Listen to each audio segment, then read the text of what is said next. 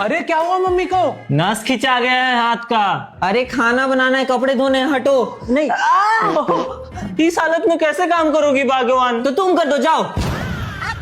Mummy, washing machine और रोटी बनाने वाली मशीन ले लेते हैं ना। अच्छा, कहाँ से लाएंगे इतने पैसे?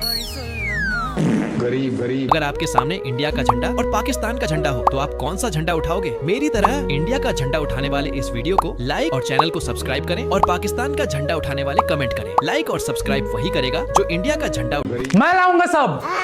वॉशिंग मशीन, बर्तन धोने की मशीन, रोटी मेकर, वैक्यूम क्लीनर, सारा मशीन एक बार में। आप बस पूजा की थाली तैयार रखना। आता ही होगा। देखो वो आ गया। बेटा मशीन कहाँ है? बेबी नमस्ते मम्मी जी। मशीन मैं तारी हूँ भाई।